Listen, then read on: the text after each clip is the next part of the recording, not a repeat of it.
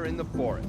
Sometimes it's bad, sometimes it's good, but fire is always a force in our environment.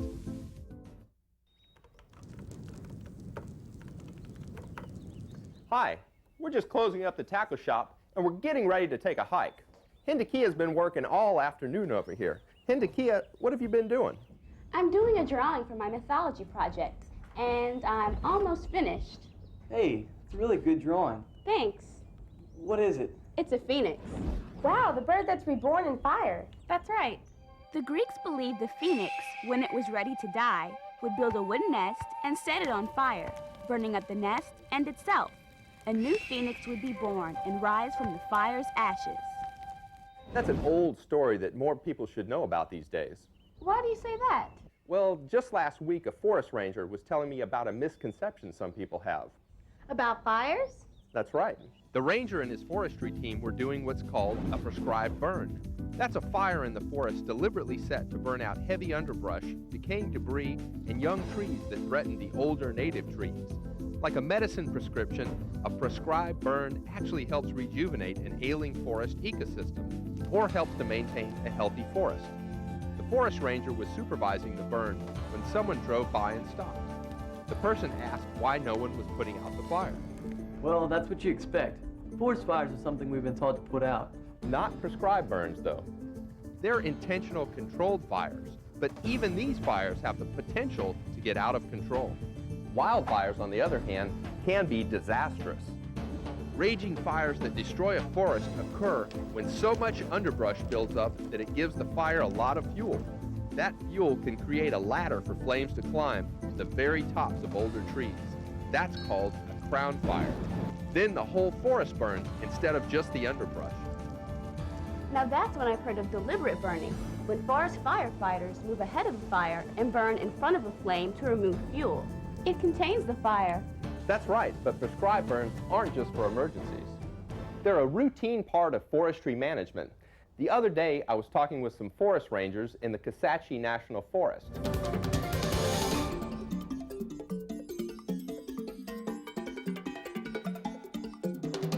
I've got some video of that. You want to see it? Yeah, let's fire it up. Kisatchie is a Native American word meaning long cane.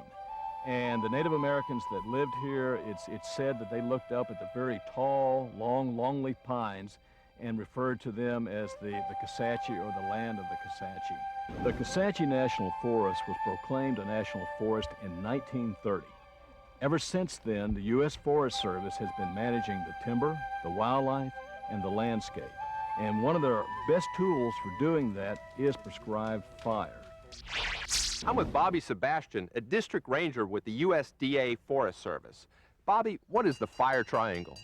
Well, the fire triangle involves the three components that you need in order to have fire, and that's fuel. And you see behind me here, fine grasses and twigs primarily. You need heat. Of course, in this case, we provided it either with the power torch or drip torches. And then you need oxygen that's all around us. So the three things are fuel, heat, and oxygen. So what's the difference between a wildfire and a prescribed burn? Well, let's see.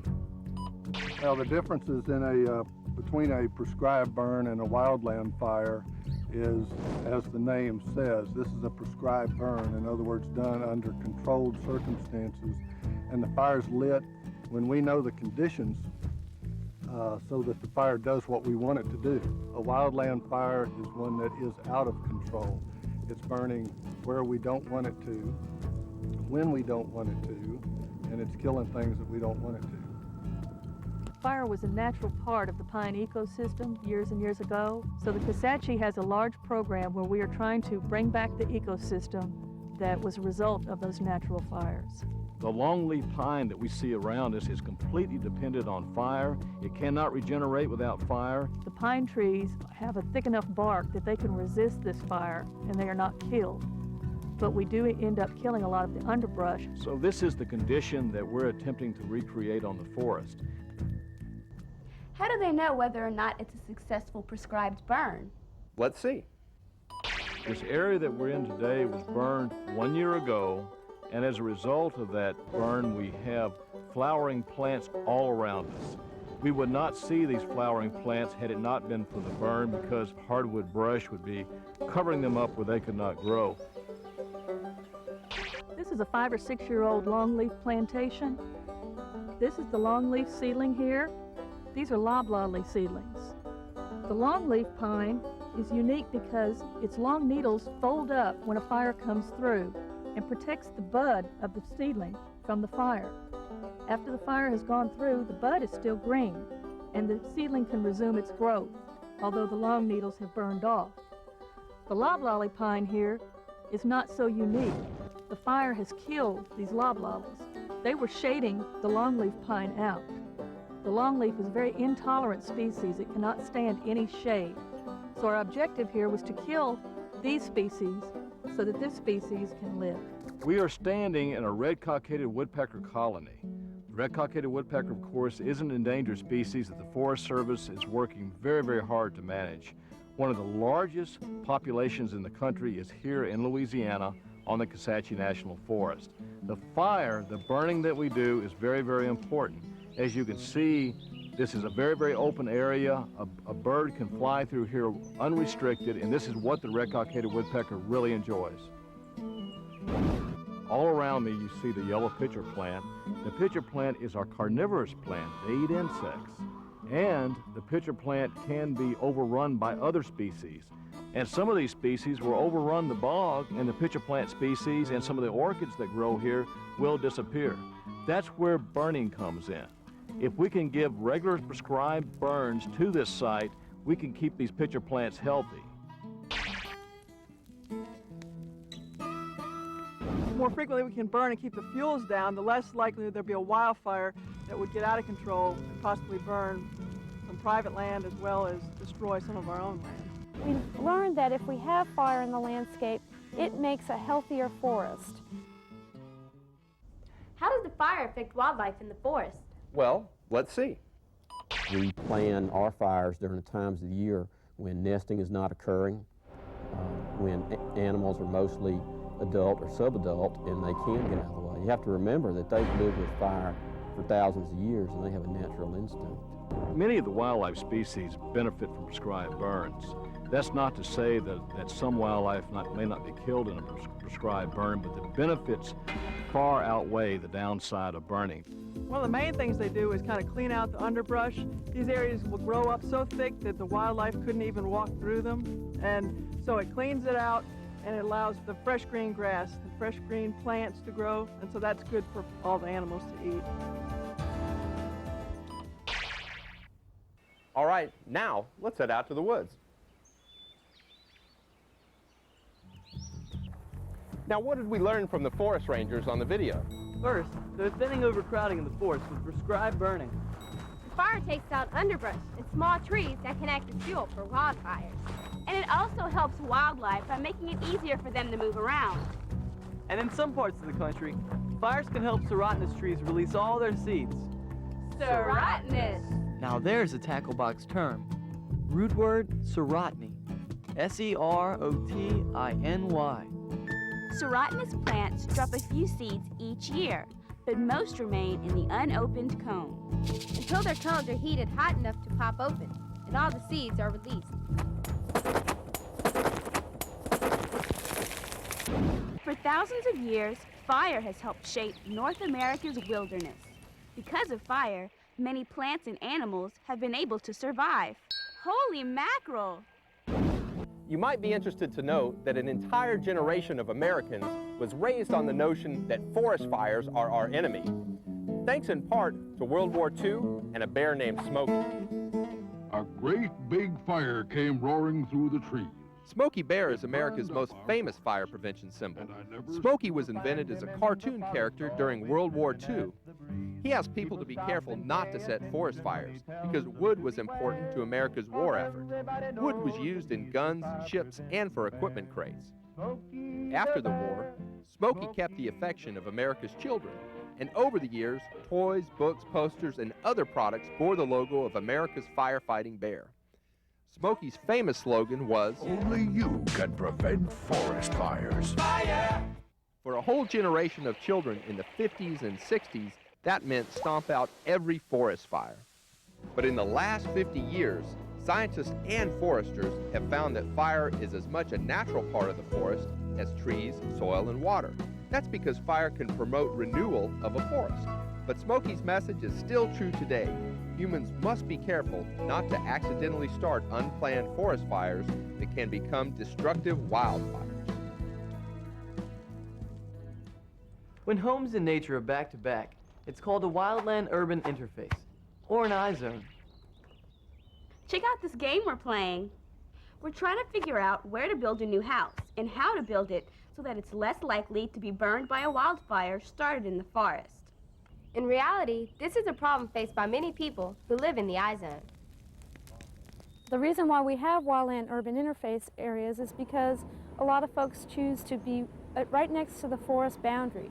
The aesthetic and very pleasing forest is very nice to live by, but at the same time, people take a risk of having high fire danger.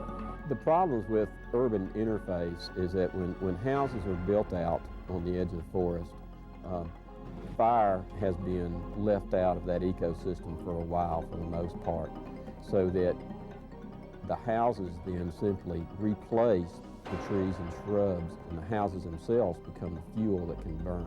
Where does everybody want to live? They want the national forest in their backyard. So it gets to be harder and harder to do prescribed burning. Since we are dealing with an urban interface, there's a lot of people that are subject to respiratory diseases. There's airports, there's interstates that can't stand to be covered with smoke. So we must burn quickly and efficiently and burn all the fuels out there.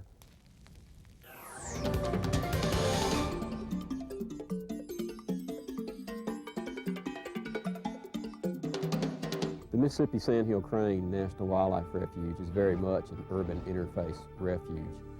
The refuge was established in the mid-1970s. At that time, there were only about 24 individuals of the Mississippi Sandhill crane population left in existence. Now, these birds require fire in order to survive. They live in a habitat like most habitats along the Gulf Coast are fire-dependent ecosystems. In order to protect this habitat and to enhance it, fire must be used on a regular basis every 2 or 3 years. At the refuge, we use helicopters to do our prescribed burning. My hopes are that we are able to get the sandhill crane off the endangered species list so that we can open our refuge up for public use so that all individuals can come out and see how beautiful these natural wet pine savannas really are. Of all wildland fires in the U.S., what percentage are started by lightning? A, 2%, B, 10%, C, 50%, or D, 75%?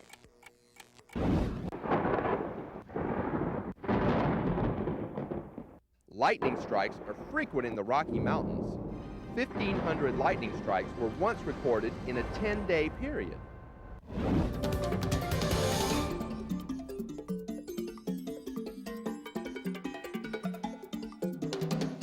Yellowstone, America's first national park, has always been one of our country's most popular places. Yellowstone became a national classroom for fire management back in 1988. That's when fires, mostly started by lightning, began to burn some of the forest there. At one time, 8 major fires were underway. Over time, 50 fires, launching America's biggest ever firefighting effort. Almost 20,000 firefighters from every corner of the U.S. and Canada descended on the national park, not knowing that their goal would be impossible. In 1972, the federal government established a national park policy that required all fires be extinguished. Under that no-fire policy, low-lying fuel built up on the forest floor at Yellowstone, intensifying the flames. Instead of burning on the ground, flames taller than buildings consumed towering ponderosa pines and 400-year-old lodgepole pines. Ultimately, 40% of the park's 2.25 million acres were burned. The National Park Service had spent more than $150 million fighting the fires. Ironically, it was not firefighters who stopped the burning, but Mother Nature. It snowed in September. The public felt outrage at the destruction, but as the winter snows melted, people saw that Yellowstone was not destroyed by the fire. Instead, new plant life grew. Wildlife enjoyed the new growth and returned to raise their young. The lodgepole pines that had been surrounded by flames spread seeds that thrived in the fire-prepared soil. Locals called the pine the fireweed because it thrived so well in the ashes. In the end, the lessons learned from the Yellowstone fires had contributed to a change in fire management policy. And the answer to the Tacklebox brain teaser is B. 10% of all wildland fires are started by lightning. The rest, 90%, are started by humans, usually by accident.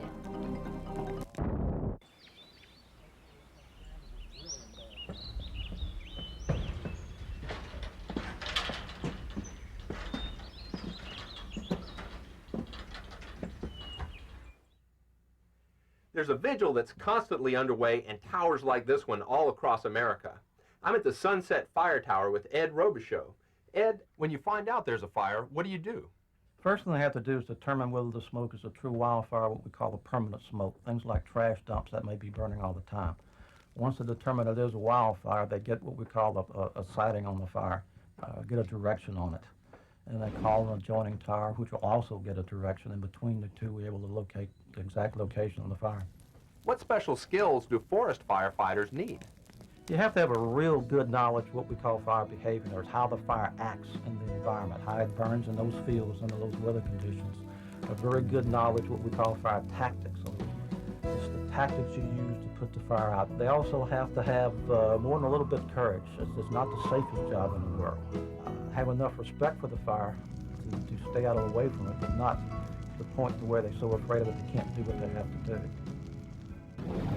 I'm Anthony Page, and I'm a USDA Forest Service timber marker / firefighter. The clothing that I have on is called Nomex material, and it is made to protect our skin from the flames. Okay, our gloves are made out of leather material. We have to have those on to protect our hands also. This is called a fire shelter. We must have this on us at all times during the whole fire. The last thing that we want to use. It saves our lives. And that's about it.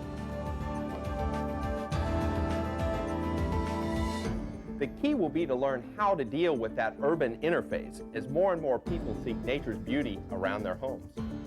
So it seems like my phoenix is a wise bird. I've learned that fire has its good and its bad sides. Still, you don't want to be the cause of a fire, and that's why fire prevention efforts are important. Yes, because only you can prevent wildfires. Thanks for joining us in exploring the world of fire as a force in the environment. We've seen how fire can be either beneficial or harmful. That's it for the show. We'll see you next time.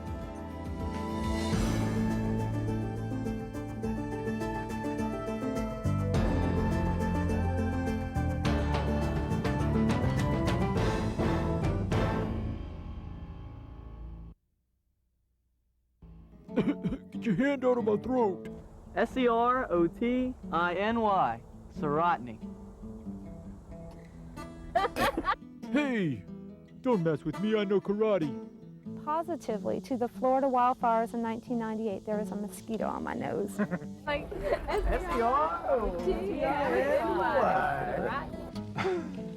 That's it for the show. We'll see you next time. Oh, I thought we were going to go that way. That's right. I am carnivorous. You got a problem with that? Hi-ya! Hi-ya! To learn more, visit the Tacklebox website.